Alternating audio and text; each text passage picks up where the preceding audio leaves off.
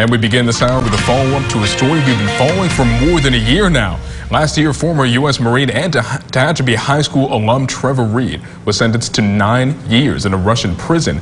Now in an NBC News exclusive, Russia's president is speaking about Reed publicly and addressed what it would take to get Reed released. 17's Eitan Wallace joins us with Putin's remarks and reactions from Reed's parents. Eitan, good evening.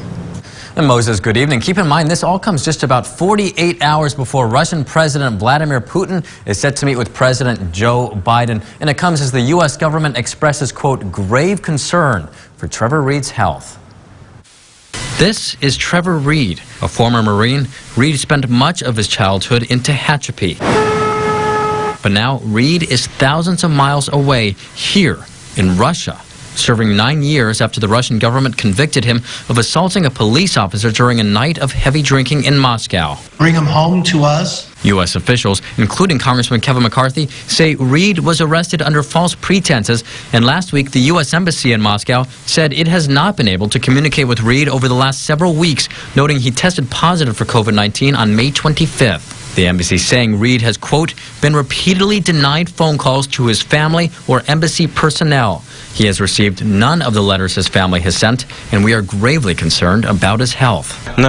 During an interview with NBC's Keir Simmons, Russian President Vladimir Putin spoke publicly about Reed and fellow U.S. prisoner Paul Whelan. This just days before Putin is set to meet with President Joe Biden. Paul Whelan and Trevor Reed, they are two former Marines. Trevor Reed is suffering from COVID in prison.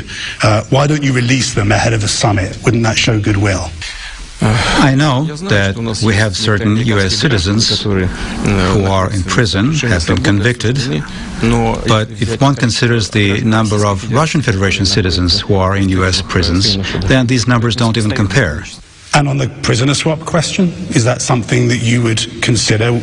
Yes, of course. On the Today Show this morning, Reed's parents, Joey and Paula, responded. We're very happy to hear that President Putin is open to a prisoner exchange, and we hope that that's something that happens very soon because Trevor and Paul Whelan both have been there long enough, considering that they're innocent of the files of the charges against them. So, and we don't care how he comes home. Yeah. If they want to exchange Trevor for some criminals that were, low-level criminals or whatever, we're fine with that. Hey. We want our son home.